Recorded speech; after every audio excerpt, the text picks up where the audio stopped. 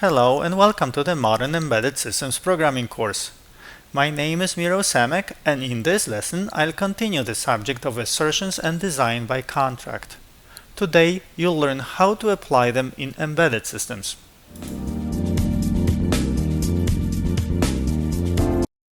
To quickly summarize what happened so far, in the previous lesson 47 you learned what assertions are and how they are implemented in the standard C facility assert.h. You've also learned about design by contract, DBC, and the proper use of assertions to avert errors and not to handle exceptional conditions. Today you'll see how to apply assertions and DBC in embedded C. You'll also consider several aspects of the implementation and deployment of assertions in embedded systems. So let's see how to implement assertions in an embedded systems friendly way. Here I will quickly review the implementation consisting of a single header file, qassert.h, located in the QPC framework. This is a self-contained file and you can use it outside of the QP framework in your own projects.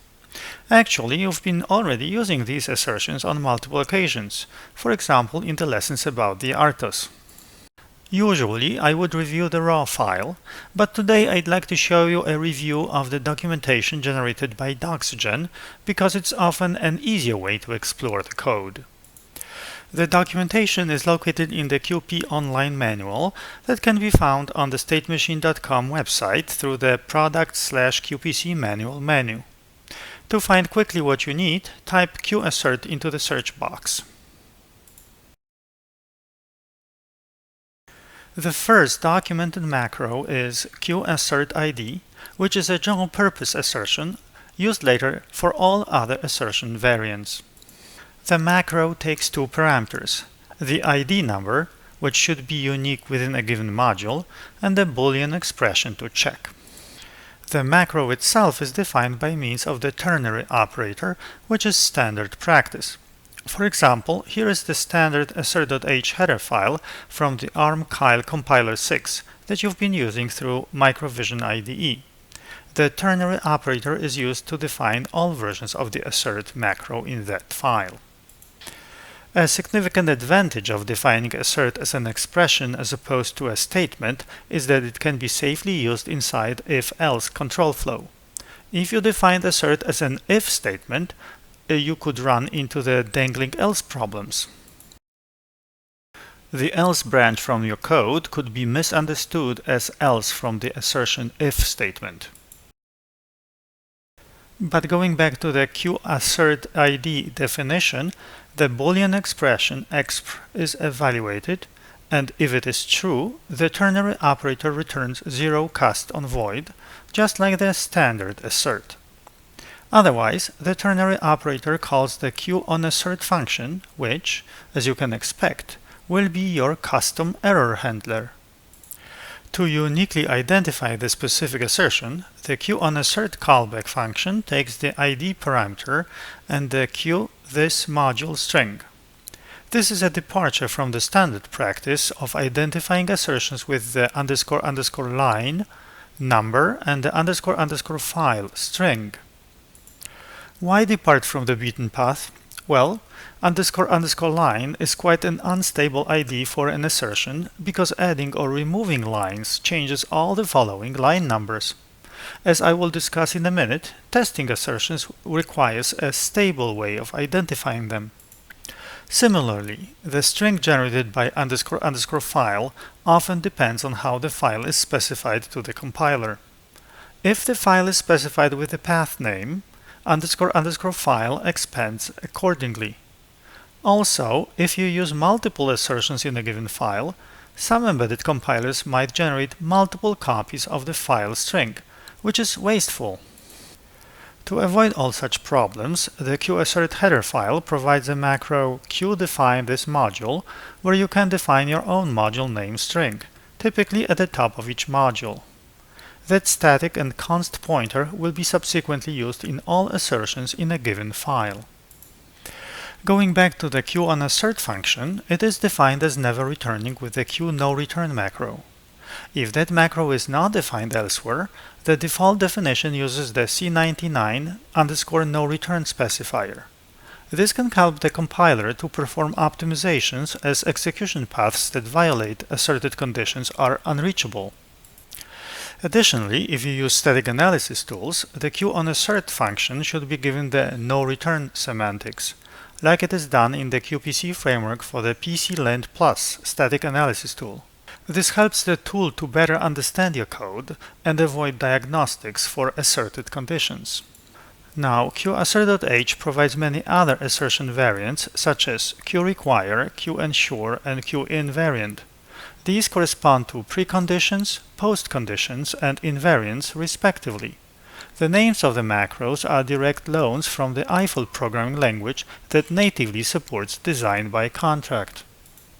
The most useful and frequently used are preconditions, which you designate with the macro qrequireID or qrequire. Preconditions are specified inside the functions, but they spell out contractual obligations for the callers of these functions. So when the precondition assertion fails, you know the problem is not with the function, but rather an incorrect call to that function. Using a precondition assertion, as opposed to just a generic assertion, is an excellent way of documenting a function and providing a hint as to where the problem might be. In that way, preconditions should be an integral part of the function's documentation, just like the list of parameters, because the callers of the function should know and satisfy the preconditions. The other variants of assertions like postconditions and invariants are less frequently used, but also provide valuable documentation as to the purpose of these assertions. Another frequently used assertion variant is qerror, which simply calls qassert. This one is useful for incorrect paths through the code, such as unwanted events in a state machine. Regarding the qassert handler, in the traditional use of assertions only during debugging, you might get away with a simplistic implementation such as an endless loop. That way, when an assertion happens, you can break into the program with a debugger and find it conveniently spinning inside qassert. You can then inspect the call stack to see where the assertion fired.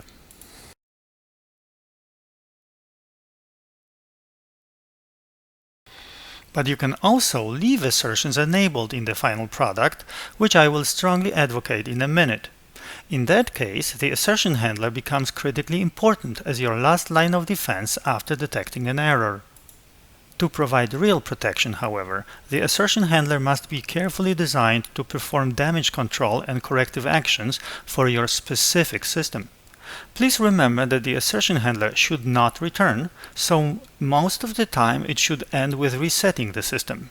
For that, the SymSys provides the function nvig_system_reset. Also, please remember that the assertion handler runs after your system has already been compromised. For that reason, the assertion handler is not your usual code and must be carefully tested under various fault conditions such as stack overflow, interrupt preemption, etc. For such testing, I highly recommend the fault injection technique you saw in several lessons in this video course. For example, you can intentionally change the stack pointer, SP register, to simulate stack overflow and then cause an assertion failure. In programming languages that support throwing and catching exceptions, such as C++, assertion handlers often throw exceptions. In my opinion, this is a mistake for a couple of reasons. First, throwing an exception makes sense only if that exception can be caught and reasonably handled with an intent to continue program execution. None of this applies if assertions are used correctly. And second, throwing an exception involves unwinding the stack, which implicitly assumes that the stack hasn't been compromised. The main purpose of the fuse analogy was to recognize that the power of assertions derives from their simplicity. You should keep the assertion handler as simple as possible because any complications, such as throwing exceptions, only increase the chance of failures while already in a compromised situation, thus defeating the purpose of effective damage control. So far, this lesson was only about software assertions placed explicitly in the source code, but there are also several failure conditions detected in hardware. For example, in the lessons about the startup code, you've seen so-called fault exceptions such as hard fault, mem-manage, bus fault, and usage fault. Traditionally, these conditions haven't been seen as related to assertions, but for all intents and purposes, the hardware fault handlers and the assertion handler have the same function. Unlike software assertions, you cannot disable hardware faults in the final product, so you cannot get away with fault handlers coded as endless loops. Unless, that is, the users of your devices can tolerate permanent denial of service. Therefore, since you must implement a robust fault handler anyway, you might as well develop just one common handler for both hardware and software assertions. This is precisely how the startup code that you've been using in most of the lessons of this course is structured. As you can see, the fault handlers branch to assert fail, which carefully resets the stack pointer in case of stack overflow, and then it calls the familiar qassert handler. As I confessed in the introduction, assertions helped me more than any other programming technique. For example, if you search the Quantum Leap's free support forum for assert, you will find 23 pages of posts. Many start with an assertion failure report and end with an observation of how difficult the bug would be to find and fix without the particular assertion.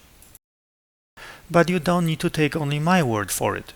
One of the rules for developing safety-critical code by NASA JPL Laboratory for Reliable Software is not only to use assertions, but to achieve a sufficient density of about 2 assertions per function. Also, Microsoft Research published a paper showing studies of commercial software projects where modules with a low density of assertions had much higher post-release bug rates than those seeded with many assertions. By the way, links to all papers and resources that I mentioned will be provided in the video description. As Bertrand Meyer remarked, the use of assertions will completely change your approach to software construction and, in particular, your view of errors. Working with software programmed offensively with assertions feels completely different than software programmed defensively. With the recommended density of assertions, the software stops producing undesired behavior, denial of service, or crashes. All bugs manifest themselves as assertion failures. This effect is truly amazing. The integrity checks embodied in assertions prevent the code from quote-unquote wandering around. Even hardware failures and broken builds don't crash and burn, but end up in the assertion handler. Once an assertion fires, dismissing the problem as an intermittent glitch is much harder, so all errors require attention. You also have a record in the form of a unique assertion ID to start your investigations. This makes most bugs more transparent. In contrast, testing defensively programmed code is inconclusive. You might be running tests for days and nights, but you can never be sure if the runs were truly successful, or perhaps the program silently produced garbage all night long. As I already mentioned, software assertions can be disabled, and the standard practice is to use them only during debugging, but disable them entirely in the final product. For example, here's what I heard just yesterday from one engineer working on a medical device. We don't have assertions enabled in the released version of our codebase. The goal is to detect and fix assert failures during development. I absolutely agree with the second sentence. To do everything in our power to fix all bugs during development and never fail assertions in the final product. But once assertions have been used and tested, I don't really understand the logic behind disabling assertions. All the analogies for forming the proper mental model of assertions also show that disabling assertions is, frankly, ridiculous. If you think of assertions as fuses, would you replace all the fuses with nails, coins, and paper clips for real use? How would you feel if you discovered a fuse box, quote-unquote, fixed, like that in a car you are about to drive or an airplane you are about to fly? It wouldn't inspire much confidence in your safety, would it? Yet this is precisely what disabling assertion does to the code.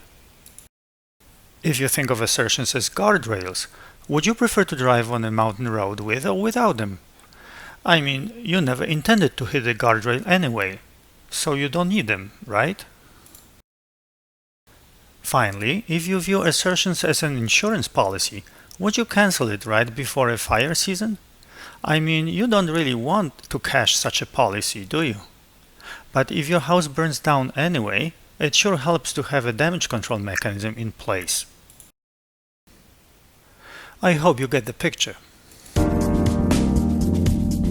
This concludes the lesson about assertions and design by contract for embedded systems.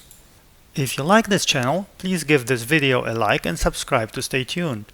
You can also visit statemachine.com/video course for the class notes and project file downloads.